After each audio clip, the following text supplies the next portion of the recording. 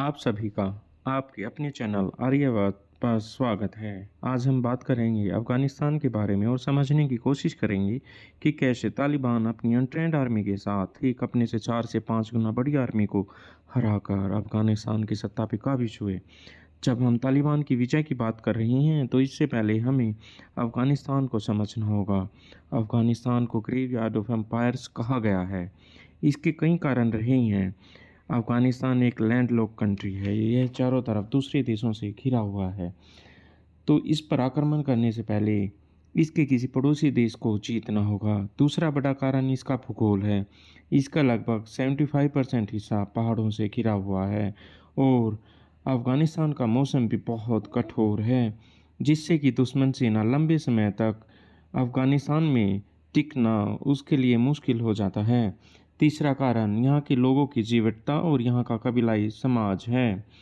Islamic राष्ट्र होने के बावजूद अफ़गान लोगों की वेशभूषा पर उनका कबीलाई प्रभाव देखा जा सकता है। इसी के कारण संगठनात्मक रूप से बहुत मजबूत हैं। अफ़गानिस्तान की सबसे लंबी सीमा पाकिस्तान के साथ लगती है, जो कि 2670 किलोमीटर लंबी है। दूसरी सबसे लंबी सीमा ताजिकिस्तान के साथ, जो कि 1357 किलोमीटर है। सबसे छोटी सीमा चीन के साथ, जो कि महज 76 किलोमीटर है। एक समय में अफ़गानिस्तान सोवियत संघ और ब्रिटिश एम्पायर के बीच में बफर स्टेट हुआ करता था। तीसरे अफ़गान एंग्लो युद्ध के बाद सन 1919 में अफ़गानिस्तान आज़ाद हुआ। 1926 में राजशाही आने के बाद, जो कि अफ़गानिस्तान में 50 वर्षों तक रही, ईरान और अन्य इस्लामिक राष्ट्रों में इस्लामी क्रांति से प्रेरित होकर अफ़गानिस्तान के रूढ़िवादी और इस्लामिस्ट लोगों के द्वारा राजशाही खत्म कर दी गई। उसके बाद अफ़गानिस्तान 1973 में एक रिपब्लिक राष्ट्र बना। शीत युद्ध के समय सोवियत संघ और अमेरिका की लड़ाई का मैदान बना रहा। 90 के दशक में सोवियत फौजें अफ़गानिस्तान में करीब एक दशक तक रही और उसके बाद सोवियत फौजें वापस लौट गई। अमेरिका द्वारा पोषित मुजाहिदों की फौज से जन्म हुआ तालिबान का, जिसका मुखिया था मुल्ला उमर। सन 1996 से 2001 तक अफ़गानिस्तान पर तालिबान का शासन रहा। अफ़गानिस्तान के कुछ हिस्से इनके कंट्रोल से बाहर रहे। इस पर शासन था नॉर्दर्न अलायंस का। इसके नेता थे अहमद शाह मसूद, जो कि पंसीर राजा से ताजिक कबीले से आते थे। नॉर्दर्न अलायंस में सभी कबीलों के लड़ाके शामिल थे, जबकि तालिबान में अधिकतर सुन्नी पश्तून थे।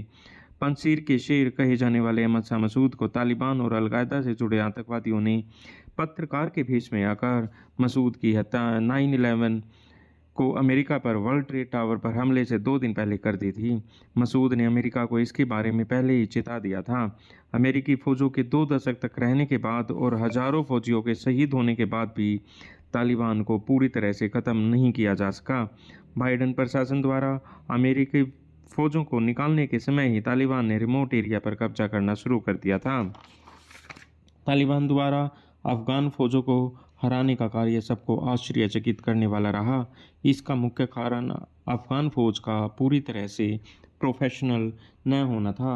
कहने को तो अफ़गान फौज 3 से 3.5 लाख थी, परंतु वास्तविक संख्या 1,85,000 ही थी और उनमें से केवल 60% ही लड़ाई के लिए उपयुक्त थी, जो कि सारे देश के करीब लगभग 10,000 चेक पॉइंट और चेक पोस्ट संभाले हुए थे।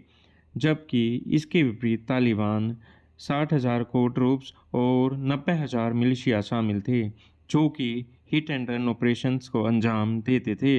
अफ़गान की एयरफोर्स का सारा जिम्मा अमेरिकन कॉन्ट्रैक्टर्स का था, लेकिन अमेरिकन फ़ौज को बाहर निकालने की प्रक्रिया में वे सही तरीके से कार्य नहीं कर पाई। अफ़गान आर्मी तालिबान की लॉजिस्टिक बेसिस और ट्रेनिंग हब पर अटैक नहीं कर पाई, जो कि अफ़गान पाक बॉर्डर पर स्थित थी। अफ़गान आर्मी अफ़गान पाक सीमा से घुसपैठ को रोकने में भी नाकाम रही। अमेरिका का इंटेलिजेंस फेलियर भी इसका मुख्य कारण रहा। अफ़गान आर्मी में करप्शन बड़े पैमाने पर होना भी इसका एक कारण रहा। टॉप लीडरशिप का सही निर्णय न लेना भी तालिबान के पक्ष में रहा और इन सभी कारणों से तालिबान अप्रत्याशित ढंग से अफ़गान सत्ता पर काबिज हो गया। लेकिन अब फिर से तालिबान को नॉर्दर्न अलायंस से चुनौती मिलनी शुरू हो गई है। अब अलायंस को लीड स्वर्गीय अहमद शाह मसूद के बेटे अहमद मसूद और अब्दुल गनी की सरकार के उपराष्ट्रपति रहे साले कर रहे हैं। मिली जानकारी के अनुसार अफगान आर्मी पंजशीर पहुंच रही है। आने वाले दिनों में देखते हैं ऊंट किस करवट बैठता है और किसी अन्य भाग में इसके बारे में चर्चा करेंगे। भारत के साथ अफगान संबंधों और तालिबान का भारत एवं पाकिस्तान पर पड़ने वाले प्रभाव के बारे में हम किसी अन्य भाग में चर्चा करेंगे। अपनी राय और अपने कमेंट जरूर करें और किस बारे में आप जानना चाहते हैं हमें ये ज़रूर बताएं। जिसने ये चैनल अभी तक सब्सक्राइब नहीं किया है प्लीज़ चैनल को सब्सक्राइब करें ताकि आगे आने वाली वीडियो की जानकारी आपको सबसे पहले मिले। मिलते हैं किसी अन्य वीडियो में, तब तक इजाज़त दें।